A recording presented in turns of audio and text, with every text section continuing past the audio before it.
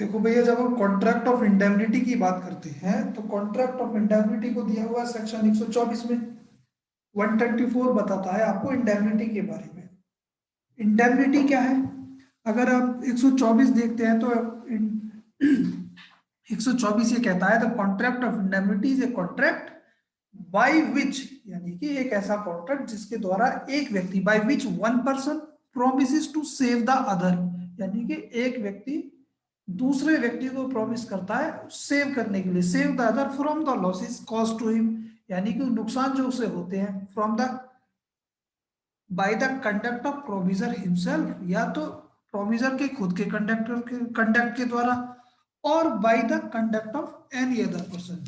यानी कि जब आप इंडेमनिटी की बात करोगे तो इंडेमनिटी एक ऐसा कॉन्ट्रैक्ट है जिसमें एक व्यक्ति दूसरे व्यक्ति को एक वचन देता है, प्रॉमिस करता है, एग्री होता है कि उसे जो भी नुकसान होगा खुद के एक्ट के द्वारा या किसी अन्य व्यक्ति के कंडक्ट से, तो उसके लिए जो क्षतिपूर्ति है प्रोविजन करेगा, दैट इज कॉल्ड 124। यानी कि इसको आप इस तरीके से देख सकते हैं कि जैसे आप इंश्योरेंस वाले जितने भी कॉन्ट्रैक्ट हैं, इंश्योरेंस के कॉन्ट्रैक्ट एक तरीके से आपके इंडेमनिटी के कॉन्ट्रैक्ट है। उसमें इंश्योरेंस में यही चीज होती है कि जैसे आप मोटर एक्सीडेंट क्लेम है या मोटर एक्सीडेंट इंश्योरेंस है, इनमें भी आपका यही है कि इंश्योरेंस कंपनी के द्वारा आपको एश्योर किया जाता है कि in case of any damages cause to you by any mishappening, the insurance company shall bear all losses, यानी कि उस स्थिति में जो इंश्योरेंस कंपनी है वो सारे नुकसान वो खुद बेयर करेगी। वही बात हम 124 में कहते हैं, a contract by which one party promises to save the other from the loss caused to him by the conduct of the promisor himself or by the conduct of any other person is called a contract of indemnity. और इस तरीके की जो ये transaction होगा ये कहलाएगा आपका क्षतिपूर्ति की संविदा। अब इसमें जो देखेंगे एक होगा इंडेमनिटी फायर और एक होगा indemnity holder. The person who agrees to compensate the loss is called the indemnifier, यानी कि जिसको आप प्रोविजर कहते हैं, the promisor is known as indemnifier and the person to whom, यानी कि जिस व्यक्ति को प्रॉमिस किया गया है, प्रपोजल किया गया है, जिसको नुकसानी से बचाया जा रहा है, that is called indemnity holder और इंडेमनिटी फाइड, या इसको इंडेमनिटी फाइड भी कहेंगे। एग्जांपल आप देख लीजिएगा, a promise to indemnify B, एक वचन करता है बी को कि भैया जो भी नुकसान होगा उससे उसे वो बचाएगा। A banker for any loss that he may sustain by reason of dishonesty of the cashier appointed by B at the request of B, the contract between A and B is a contract of indemnity. अब यहाँ पर भैया जो main चीज आती है, दो पार्टियों की बायलैटरल कॉन्ट्रैक्ट होगा इंडेमनिटी फायर और इंडेमनिटी होल्डर। यहाँ पर हम ये देखते हैं कि what are the right of indemnity holder. जो इंडेमनिटी होल्डर की राइट की हम बात करते हैं वो बताए हुए हमें 125 में। What do you mean by the rights of indemnity holder? कुछ जी सर। भैया पढ़े थे आपने ये? हेलो। हेलो, जी सर, पढ़े थे। शाबाश। देखो देखो तीन जी सर, चीजें बताइए। हाँ बताई नहीं, मैं पूछूंगा भैया। यहाँ पे हम तीन राइट की बात करते हैं। जो इंडेमनिटी होल्डर है, इंडेमनिटी होल्डर को 125 के अंतर्गत तीन राइट्स प्रोवाइड किए गए हैं एक्ट के द्वारा। तब प्रोमिसी इन प्रोमिसी, यहाँ पे इंडेमनिटी होल्डर है, promisee in a contract of indemnity acting with in the scope of his authority, यानी कि आप यहाँ से ये जो शब्दों पे केवल ध्यान दीजिएगा। जो इंडेमनिटी होल्डर है अपनी जो अधिकारिता, जो उसकी अधिकारिता तय की गई है, जो उसकी एक सीमा बनाई गई है, उस सीमा में रहते हुए ये तीन चीजें डैमेजेस कॉस्ट एंड सब्स, इन तीन चीजों को रिकवर करने के लिए एंटाइटल है किससे? प्रोमिसर से। कुछ मुझे बताओगे ऑल डैमेजेस वाला, ये समझाओगे मुझे क्या कहना चाह रहा है? एग्जांपल के साथ समझाना है इन्हें। सर, जैसे कि सर इंडेमनिटी होल्डर जो है उसका किसी के साथ कॉन्ट्रैक्ट था और वो कॉन्ट्रैक्ट ब्रेक हो जाता है, तो सर जितने अमाउंट के लिए वो इंडेमनिफाइड है वो डैमेजेस उसको पे करने पड़ेंगे और इतने उसे इंडेमनिटी प्रोवाइडर से मिल जाएंगे। इंडेमनिटी प्रोवाइडर से मिल जाएंगी। दीपक जी, जी सर। यहाँ पे भी हम तीन चीजों की बात करते हैं, all damages, all cost and all sums. ये एक एग्जांपल में तीनों समझा सकते हैं आप मुझे?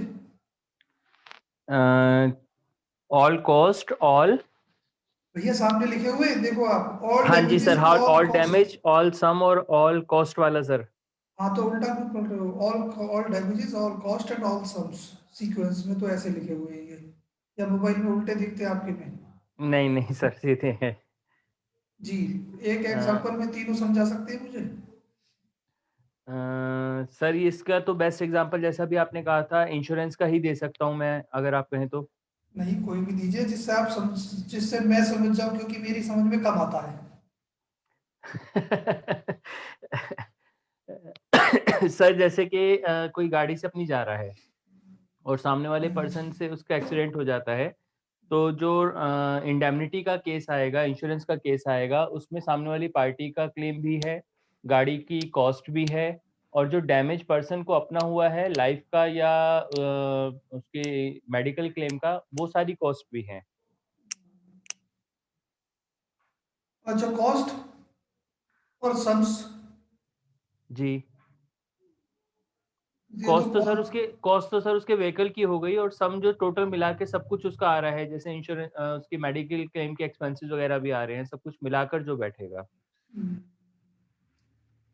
अंजलि आप बताओगे भैया? सर जैसे इसमें डैमेजेस वाला है, तो अगर हम इसमें डैमेज का देखें तो डैमेजेस तो वो हो गए कि जैसे गाड़ी वगैरह का जो था, इसमें कहा गया था कि इंश्योरेंस वाले में, तो सर मैं दूसरा एग्जांपल दे दूं? हाँ, दूसरा दे दीजिए आप। सर जैसे मुझे किसी ने बोला कि आप मेरी तरफ से एक्ट कर दीजिए एंड इसमें आपको जितना भी नुकसान होगा मैं आपका हर्जाना सारा भर दूंगा। तो अगर मुझे उसमें कोई नुकसान हुआ तो वो मुझे उतना हर्जाना दे देंगे, वो आ जाएगा ऑल डैमेजेस, हम्म, ठीक है? और अगर वो उसको उस कार्य को करते में अगर किसी इंसान ने मुझ पे सूट फाइल कर दिया, तो उसमें वो अपने आप को मुझे डिफेंड करने में या फिर मुझे दूसरे के खिलाफ सूट फाइल करने में जितनी भी कॉस्ट आएगी, वो सब मिला-मिला के वो आ जाएगा ऑल कॉस्ट वाला। तो वो जितने एक्सपेंसेस मैंने इनकर करे, वो मुझे जो इंडेमनिफायर थे वो देंगे। उसके बाद आता है कि अगर उस सूट को लड़ने में अगर मुझे दूसरी पार्टी से कॉम्प्रोमाइज़ हो गया हमारा, जैसे-तैसे कि अच्छा आप मुझे इतना पैसा दे दीजिए, हम ये सूट खत्म कर देंगे। तो वो कॉम्प्रोमाइज़ करने में जितना मुझे पैसा पेमेंट करना पड़ा, वो आ जाएगा ऑल सम्स में। अब देखो, अब इसको ऐसे लेंगे, ये जो हमारे कुश हैं, कुश जो है एक कंपनी में लीगल एडवाइजर तो नहीं कहेंगे, लॉ ऑफिसर है। देखो आपको दो चीजें हैं कंपनी, आपको भैया सभी को मालूम होगा वैसे तो, ये एक होता है कंपनी का लीगल एडवाइजर, एक होता है कंपनी का लॉ ऑफिसर। दोनों के काम बिल्कुल अलग है। जो लीगल एडवाइजर है उसका काम लीगल मैटर्स में केवल एडवाइस करना होता है, जबकि जो लॉ ऑफिसर है उसका काम है लाइजनिंग का। लाइजनिंग इन द सेंस ये होता है कि कंपनी के भी जितने भी मैटर चल रहे होते हैं कहीं भी इधर उधर, या जितने भी कोर्ट्स में है, उन सभी को लुक आफ्टर करने का काम कंपनी के जितने भी ऑफिसर्स हैं उनका है। वो क्या करते हैं, कंपनी के बिहाफ पर जाते हैं, एक वहीं का लोकल का कोई जो एडवोकेट है उसको हायर करते हैं, क्योंकि ये काम अगर एक कंपनी के एक किसी आदमी के बस का तो है नहीं कि वो सभी जगह जा करके किसी से उनको कंटेस्ट करे। कुछ जगह होते भी है जिनके अपने पर्सनल लॉयर हैं जो इसी काम के लिए होते हैं। अब जो कंपनी ने एक लॉ ऑफिसर को हायर किया हुआ है, अब यहां से चलते हैं कि एक 138 का मुकदमा है, जो कुश ने, सॉरी, कुश जी को जो लॉ ऑफिसर अपॉइंट किया हुआ है कंपनी ने, और दीपक जी ने कंपनी के साथ डीलिंग करते हुए क्या है, एक चेक कंपनी को पे किया, और जो चेक डिसऑनर हो गया। अब चेक डिसऑनर के लिए कंपनी ने मुकदमा फाइल किया, कंपनी की तरफ से कुछ भाई साहब हमारे कोर्ट जाते हैं। अब कोर्ट जब वो पहुंचते हैं तो वहां पर जाने के लिए ये मान लीजिए, अब देखिए भैया, all damages which he may be compelled to pay in any suit in respect of any matter to which the promise to indemnify applies, यानी कि ऐसे जितने भी नुकसान होंगे वो कुछ को, यानी कि जो उस सूट में इन्हें पे करने होंगे, या कंपनी के खिलाफ कोई अगर मुकदमा पड़ा हुआ है और उस स्थिति में जो भी इन्हें नुकसान होते हैं, पता लगा ये जा रहे हैं गाड़ी से और गाड़ी का किराया तो सीधे सीधे से कंपनी की तरफ से 1000 रुपये है, कंपनी ने इनको 1000 रुपये दिया और वहां जाने में इनके खर्च हो जाते हैं 5000 रुपये। तो पांच जितने भी, और जो केवल, अब देखो ऊपर शब्द लिखा हुआ है acting with in the scope of his authority, यानी कि अपने अधिकार क्षेत्र में रहते हुए जितने भी काम करेंगे। अब वहां पर सीधे सीधे मान लीजिए कंपनी की गाड़ी से कोई नुकसान हो जाता है रास्ते में जाते हुए, तो दूसरे व्यक्ति को जो भी पे करना पड़ा वहां पर एज डैमेजेस, वो सारी चीजें, क्योंकि यहाँ पर ये कंपनी के एजेंट हैं और जो एजेंट की एक राइट है कि जितने भी नुकसान उसको कंपनी के काम करते हुए होते हैं, उस स्थिति में वो भाई साहब कंपनी से यानी कि प्रिंसिपल से उन्हें क्लेम कर सकते हैं।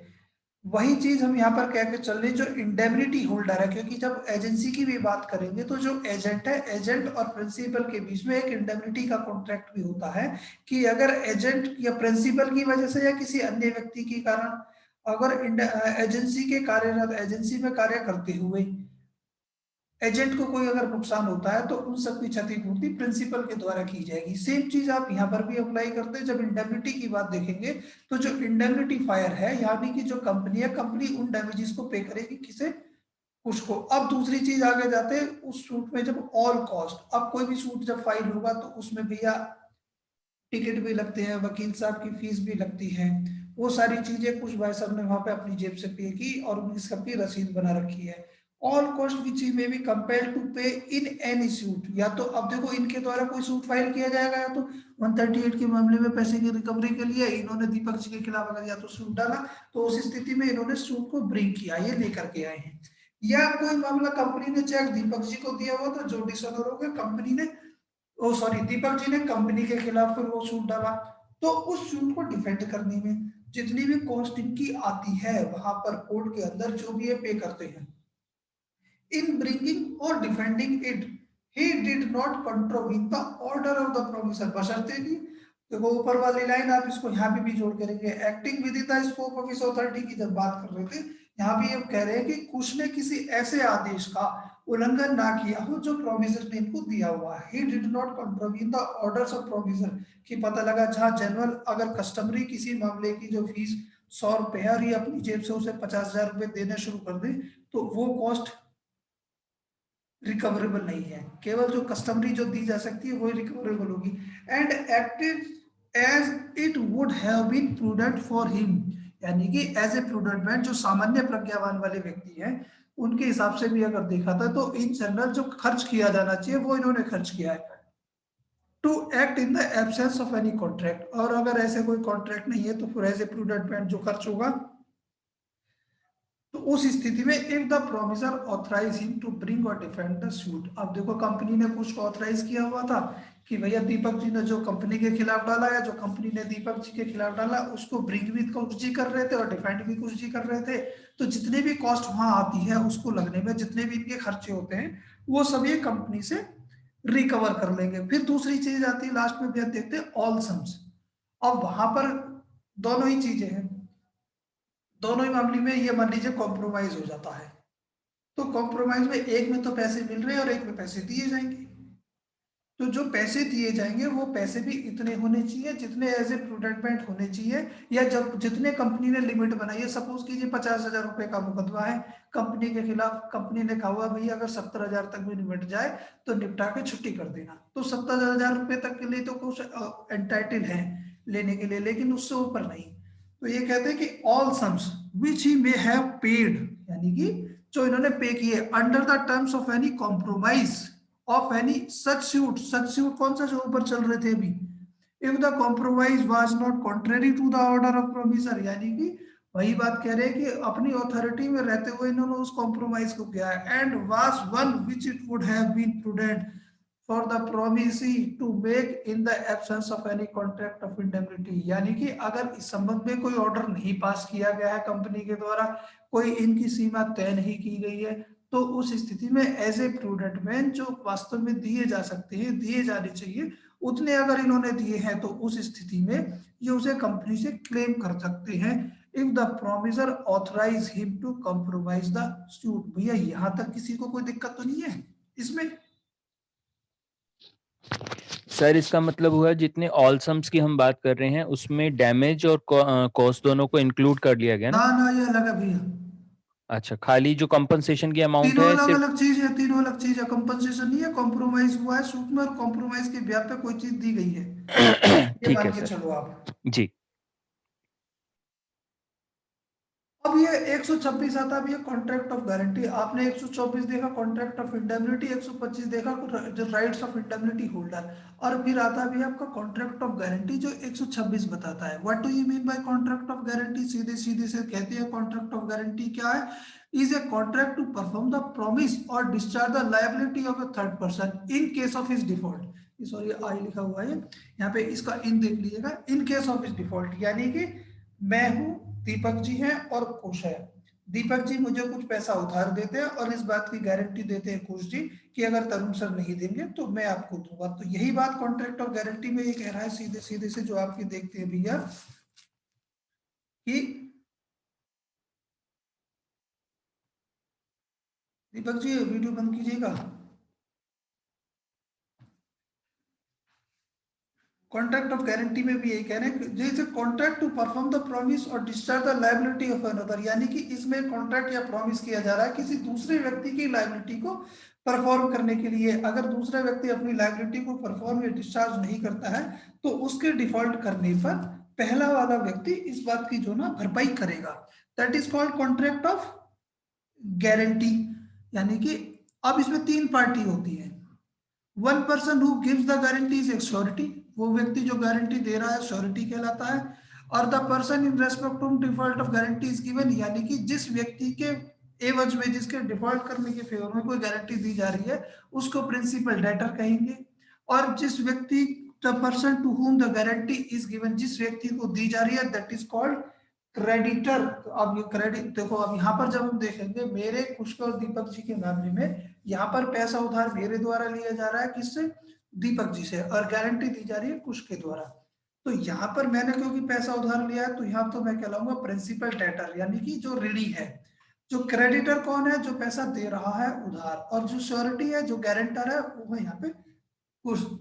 तो एक इसको देख लीजिए, तीन ही चीज है। The person who gives the guarantee is called the surety, और in respect of whose default the guarantee is given the called the principal debtor. The person to whom the guarantee is given called the creditor। तीन party इसमें बीच होगी। अब इसमें भैया यहाँ पर अब देखते हैं, आगे चलते हैं, इन दोनों में डिफरेंस देख लीजिएगा। कुछ देखना भैया क्या कहते हैं ये अंतर, इंडेमनिटी और गारंटी में क्या अंतर हो सकता है। सबसे पहला तो अंतर यही होगा भैया, इंडेमनिटी में दो पार्टी होंगी और गारंटी में तीन पार्टी होंगी। इंडेमनिटी में होते हैं इंडेमनिटी फायर और इंडेमनिटी होल्डर। गारंटी की बात करेंगे तो वहां पे प्रिंसिपल डेटर, क्रेडिटर और श्योरिटी। देखना आगे क्या कहता है। In a contract of indemnity, the liability of indemnifier is primary in nature, while in contract of guarantee, the liability of the surety is secondary and arises only on the default of the principal debtor. यानी कि तो अगर indemnity में आप देखेंगे तो जो पहली लायबिलिटी, जो पहली जिम्मेवारी होती है वो इंडेमनिटी फायर की होगी कि भैया अगर कोई सीधे सीधे से कोई नुकसान होता है तो उस स्थिति में जो इंडेमनिटी फायर है वो अपनी लायबिलिटी को पूरा कर दे। और अगर गारंटी के कॉन्ट्रैक्ट में जब प्रिंसिपल डेटर नहीं दे रहा है तब श्योरिटी की बारी आती है। नेक्स्ट कर दो भैया। In a contract of indemnity, there are two parties to the contract, that is the indemnifier and the indemnity holder. In a contract of guarantee, there are three parties, that is the creditor, principal debtor and surety. तीसरा number दो। In a contract of indemnity, the liability of the indemnifier arises only on the happening of a contingency, whereas in the case of a contract of guarantee, there is an existing debt or duty, the performance of which is guaranteed by the surety. अच्छा दीपक जी एक बात बताएंगे, जो आपके insurance के जो contract हैं they are contract of indemnity or not? Sir indemnity के कॉन्ट्रैक्ट तो बनेंगे वो? नहीं मैं पूछ रहा बनेगा शायद, बताना बिल्कुल परफेक्ट बताइएगा। जो इंश्योरेंस के कॉन्ट्रैक्ट है they are contract of indemnity or not? लेकिन इंडियन कॉन्ट्रैक्ट में उसको इंडेमनिटी में लिया नहीं जाता है सर, वैसे वो इंग्लिश लॉ में तो होते हैं, इंडियन कॉन्ट्रैक्ट में उनको नहीं लिया जाता है सर। तो इंडियन कॉन्ट्रैक्ट में फिर क्या है भाई? इंडियन कॉन्ट्रैक्ट में क्या है ये तो सर, उसके लिए तो अलग से एक्ट है पूरा। अच्छा इंश्योरेंस का, इंश्योरेंस क्लेम के लिए अलग से एक्ट है पूरा, लेकिन वो नेचर किस तरह का होगा ये नहीं कह पाऊंगा। कोई बात नहीं, आप बताइए। अंजलि सर वो कंटिंजेंट कॉन्ट्रैक्ट होंगे क्योंकि बिल्कुल सही बात। हाँ, क्योंकि बता वो दो हो बेटा। भी क्योंकि अगर इंश्योरेंस आप क्लेम कर रहे हो कि अगर एक्सीडेंट हो गया तो आप गाड़ी का जितना नुकसान होगा वो गाड़ी आप सही करा देंगे। तो एक्सीडेंट हो भी सकता है, नहीं भी हो सकता है, श्योरिटी नहीं है। हाँ, तो ये कंटिजेंसी पे बेस्ड है, यानी कि जो ना एक इवेंट के ऊपर बेस्ड है, जो हो भी सकती है नहीं भी हो सकती, जो किसी व्यक्ति के कंट्रोल में नहीं है। That's why it is called है कंटिजेंट कॉन्ट्रैक्ट। और इसके बाद यानी कि जब हम इंडियन लॉ की बात करेंगे, जितने भी इंश्योरेंस के कॉन्ट्रैक्ट है वे सब तो आपने कह दिया कंटिजेंट कॉन्ट्रैक्ट होंगे। Under English every contract of insurance except life insurance is a contract of indemnity. लेकिन अगर इंग्लिश लॉ में कहते हैं, अब जो लाइफ इंश्योरेंस है वो कॉन्ट्रैक्ट ऑफ इंडेमनिटी नहीं है, कोई बताएगा क्यों? और कंटिजेंट भी नहीं है।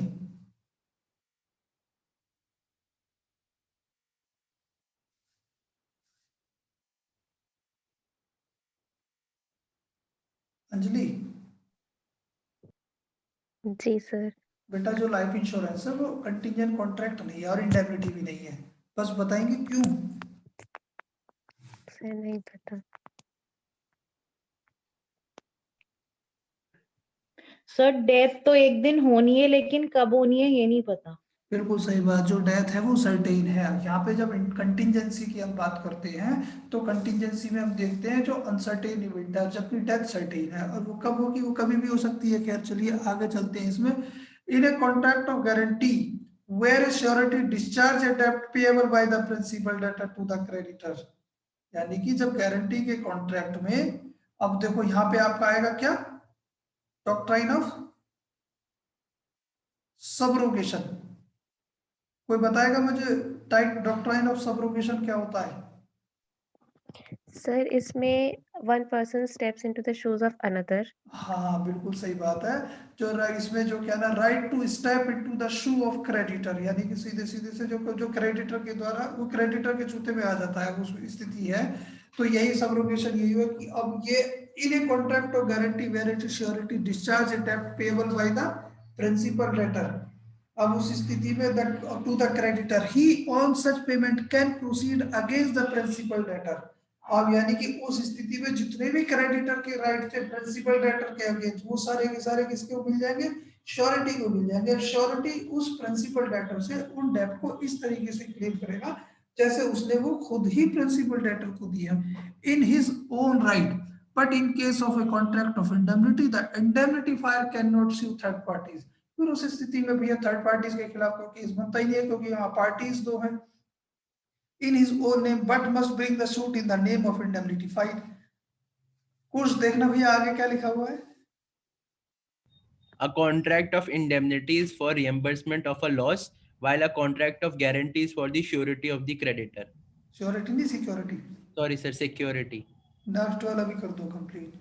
In the case of a contract of indemnity, it is not necessary for the indemnifier to act at the request of the indemnified, whereas in the case of contract of guarantee, it is necessary that the surety should give the guarantee at the request of the debtor. इसे example से बता दो कुछ।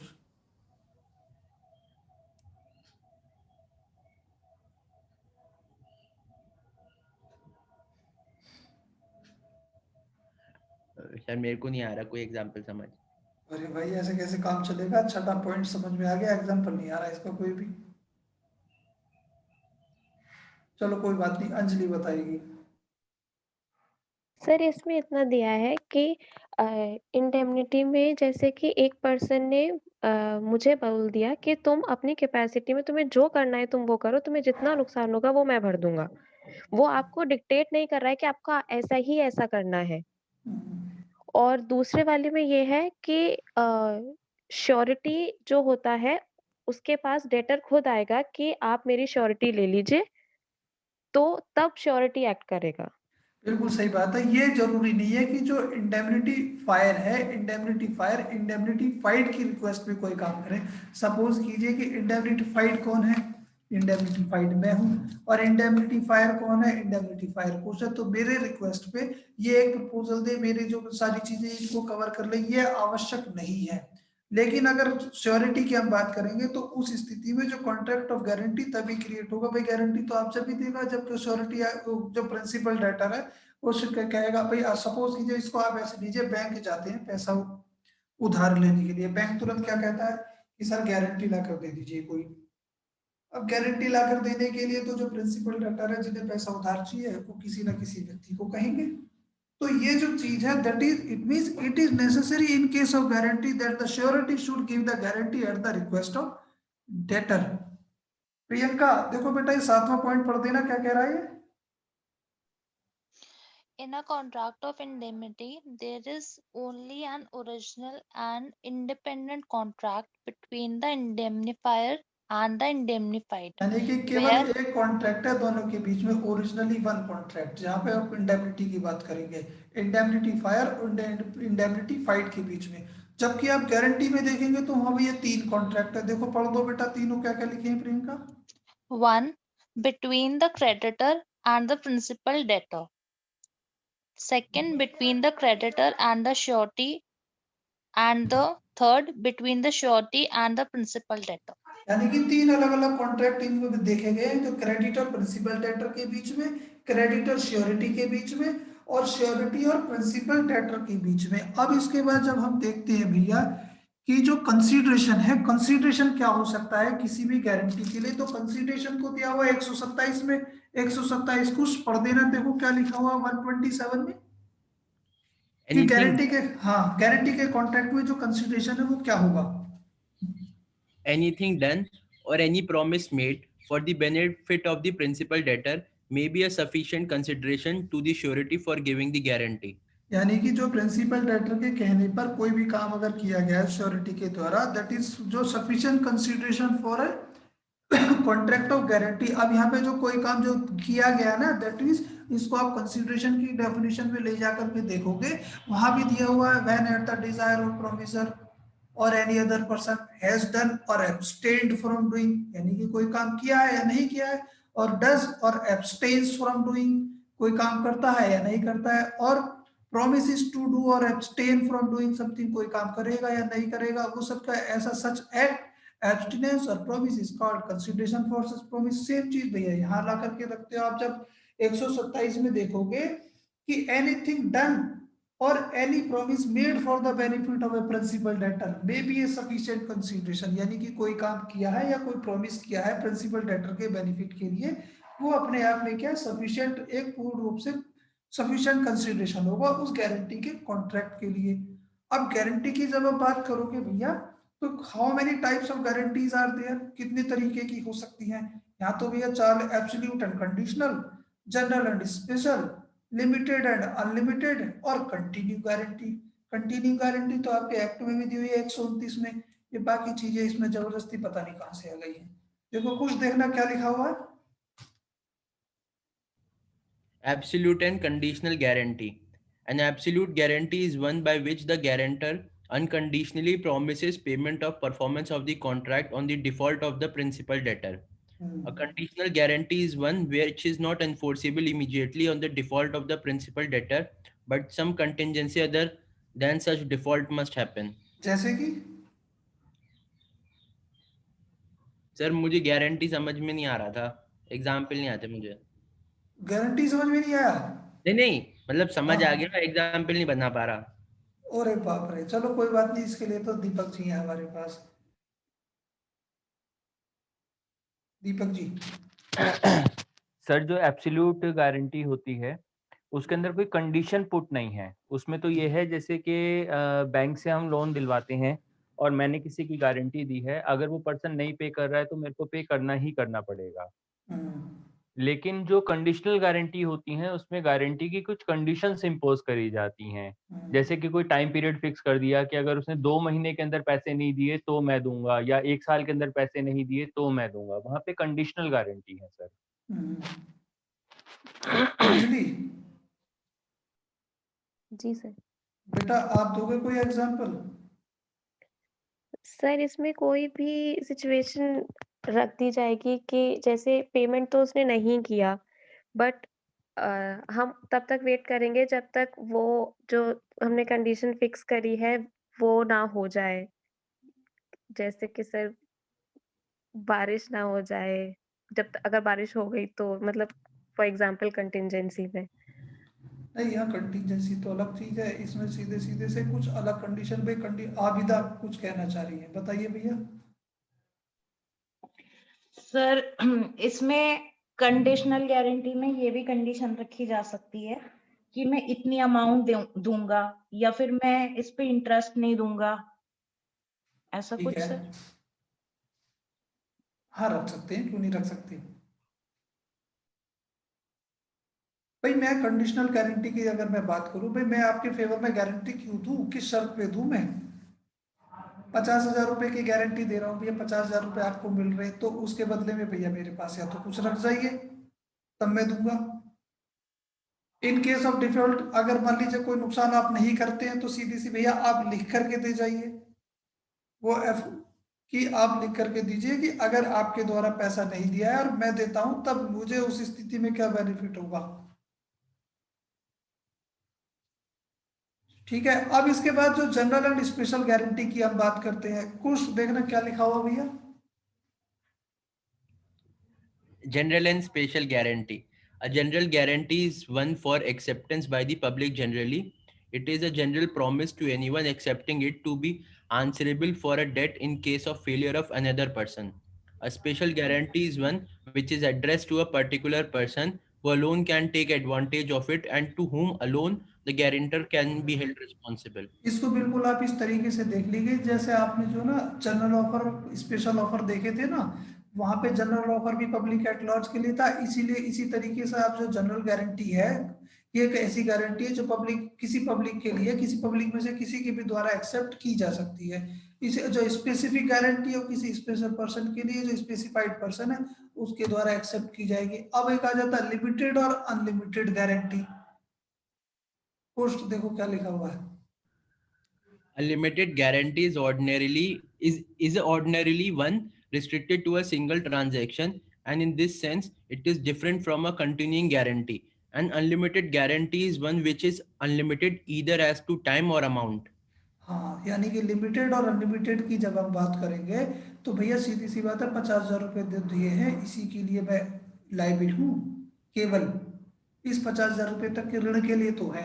अब उसके बाद दोबारा भी कोई ऋण दीपक जी ने मेरे से लिया है, तो उसके लिए गारंटी कुछ की नहीं रहेगी। कंटिन्यू गारंटी के लिए भैया पहले सेक्शन 129 देखा जाएगा। कंटिन्यू गारंटी कहता है guarantee which extends to a series of transaction, यानी कि लगातार चल रही है भैया, वो तो is called a continuing guarantee. इसके लिए एग्जांपल देखो, पहला वाला पढ़ दीजिएगा, कुछ क्या लिखा हुआ है। A, in consideration that B will employ C in collection the rents of B's zamindari, promises B to be responsible to the amount of rupees 5,000 for the due collection and payment by C of those rents. This is continuing guarantee. इसे समझा दो, मुझे समझ में नहीं आया।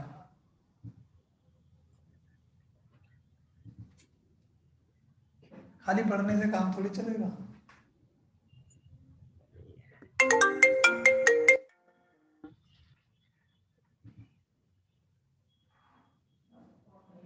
कोई बात नहीं, आप इधर समझाएंगे इसको। सर एक बार पढ़ लूं। हाँ पढ़ के बता दीजिए बिल्कुल।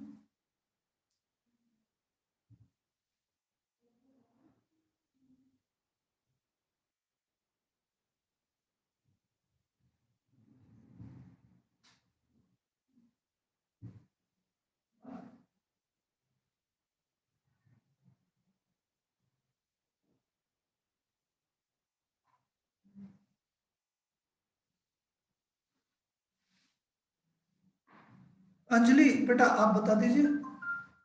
सर मैं दूसरा बता दूंगी, पहला नहीं समझ आया मेरे। अच्छा पहला समझ में नहीं आया, चलो पहला मैं समझा देता हूँ। ये बिल्कुल ऐसे समझ लीजिए भैया, मैं एक जमींदार हूँ और मेरे पास दीपक जी आते हैं, सर आप जो है अपने पास जो है आपका जमींदार का काम है, उसमें आप उगाई का काम आपका होता है, आप एक काम कीजिए, कुछ को उसमें रख लीजिएगा उगाई के लिए। ठीक है भैया। और क्या नाम है, हर महीने कुछ का काम है, जो 50,000 रुपये मेरा जो बकाया है, जो रेवेन्यू आता है, वो उसे उगा करके लेके आते हैं। अब यहाँ पर जितने समय तक कुछ मेरे पास काम करेंगे, उतने समय तक के लिए जो गारंटी बनी हुई है, किसकी, 50,000 रुपए की, दीपक जी की, वो that is called continue guarantee. Ankita कुछ कह रहे हैं आप भैया, बताएं। सर अब तो आपने समझा दिया। अच्छा मैंने समझा दिया, चलो ठीक है। हाँ अंजलि भैया दूसरा वाला बता दो आप। सर इसमें ये है कि मैंने एक इंसान से बोला कि आप जाके एक एक घर पे आप 5 आटे की बोरी दे आइएगा और वो आपको पैसे दे देंगे 1 महीने के अंदर। अगर उन्होंने नहीं दिया तो फिर तो मैं दे दूंगा। तो अब क्या हुआ कि जिनको मैंने कहा था कि आप आटे की बोरी दीजिए, उन्होंने 5 आटे की बोरी भेज दी एक एक घर पे, लेकिन उन्होंने पेमेंट नहीं किया। तो यहाँ पे तो मैं लायबल होती हूँ। लेकिन अगर उन्होंने 5 बोरी के बाद भी और बोरियां भी भेजी और उसके बाद ए ने पेमेंट नहीं किया, तो वहां पे मैं लायबल नहीं होंगी, क्योंकि मैंने सिर्फ गारंटी ली थी 5 आटे की बोरी की। हाँ बिल्कुल सही बात है, केवल उतने के लिए लायबल है, बाकी के लिए लायबल नहीं है। जितने के लिए दी गई है उसके ज्यादा के लिए, जैसे आप करके आगे थे ना लिमिटेड और अनलिमिटेड गारंटी की बात की थी, वहां इसे लिमिटेड गारंटी में ले जाकर के रख दीजिएगा कि भैया केवल 5 तक के लिए जिम्मेवार है, 5 के ऊपर हम जिम्मेवार नहीं है। अब जो गारंटी है भैया उसे रिवोक भी तो कर सकते हैं, रिवोकेशन ऑफ कंटिन्यू गारंटी। तो कंटिन्यू गारंटी किस तरीके से रिवोक हो सकती है? एक continue guarantee is revoked under the following circumstances. भैया 5 ऐसी परिस्थितियां हैं जिनमें कोई कंटिन्यू गारंटी।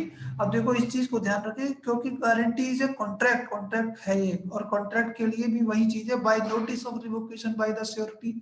श्योरिटी कह दे, नोटिस दे दे रिवोकेशन का कि भैया मेरी जो गारंटी है वो खत्म होता है, तो उस समय से गारंटी रिवोक की जा सकती है।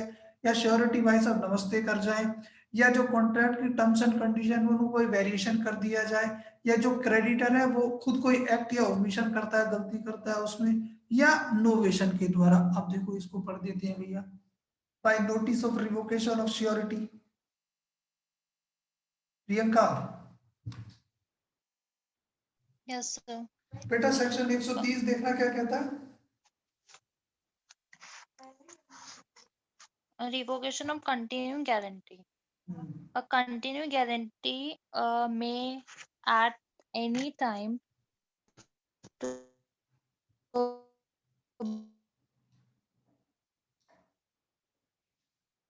आपकी आवाज लैग कर गई, कोई बात नहीं। अंकिता आप बताइए, देखना जरा for सेक्शन। प्रियंका आप रहने transaction. दीजिए, आप रुक जाइए। अंकिता हाँ जी सर। देखना भैया क्या कहता है 130। By notice of revocation by the surety. Section 130 provides that where a guarantee is continuing, it is open to the surety to terminate the same after due notice to the creditor in respect of any future transactions. However, the surety is to be liable for the transaction entered into prior to the notice. इसमें ये बोला गया है कि surety जो है वो मतलब कभी किसी भी टाइम पे जो उसने गारंटी ली है उसको वो रिवोक कर सकता है, टर्मिनेट कर सकता है, लेकिन उसके बाद जो ट्रांजेक्शन्स होंगे उसके लिए वो लायबल नहीं होगा। लेकिन जब उसने रिवोकेशन का नोटिस दिया है उससे पहले जो भी ट्रांजेक्शन्स होंगे उसके लिए वो लायबल होगा। बिल्कुल ठीक भैया। अब इसके बाद जब नेक्स्ट आप देखते हो बाय डेथ ऑफ श्योरिटी, जब बाय डेथ ऑफ श्योरिटी की हम बात करते हैं वहां भी यही दिया हुआ है सीधे सीधे से भैया कि जो 131 के कहता है 131, in the absence of a contract to the contrary, यानी कि जब तक कोई अन्यथा उपबंध ना हो, अन्यथा कोई कॉन्ट्रेरी कॉन्ट्रैक्ट ना किया गया हो, the death of the surety operates as a revocation of a continue guarantee. यानी कि तुरंत क्या है, जो कंटिन्यू गारंटी है वो रिवोक हो जाएगी उस स्थिति में। So far as regards future transaction, केवल और केवल फ्यूचर ट्रांजेक्शन के लिए। लेकिन revocation does not affect transaction which were executed prior to the death of surety. फिर उस स्थिति में क्या है, जहां तक जिस दिन डेथ हुई है उस दिनांक तक उसके जो रिप्रेजेंटेटिव होंगे they shall be liable for the continuing guarantee. जो गारंटी दी गई है किसके द्वारा, गारंटर के द्वारा। इसके बाद आप यहां देखते हैं bye variation in contract. Anjali देखना भैया क्या लिखा हुआ है। Discharge of surety by variance in terms of contract. Any variance made without the surety's consent in the terms of the contract between the principal debtor and the creditor discharges the surety as to transactions subsequent to the variance. और सीधी सी बात है, principal debtor के बीच में और creditor के बीच में इन्होंने भैया आपस में कोई बदलाव कर लिया तो उस स्थिति में जो श्योरिटी अपनी लायबिलिटी से डिस्चार्ज हो जाएगा। और क्रेडिटर को जानबूझ के पता लगा कोई गड़बड़ करता है, any act or omission by the creditor which repair the eventual remedy of the surety against the debtors amounts to revocation of the contract of guarantee. उस स्थिति में क्या है, जो श्योरिटी है वो अपनी लायबिलिटी से डिस्चार्ज हो जाएगा, जो गारंटी का कॉन्ट्रैक्ट है वो खत्म हो जाएगा। अब पता लगा किसी, मान लीजिए कोई सामान रखा हुआ है, उस सामान के साथ ही तोड़ कर देता है वो। अब नोवेशन की where the parties agrees to substitute a new contract. अब नोवेशन जो आपने 63 में देखा था, अब किसी नए कॉन्ट्रैक्ट को उन्होंने तैयार कर लिया for the old contract or alter the old contract of guarantee, it will amount to a revocation. तो उस स्थिति में भी क्या होगा, ये भैया आपका जो गारंटी है वो खत्म हो जाएगी। यहां तक किसी को कोई अगर डाउट है तो भैया एक बार पूछ लीजिएगा।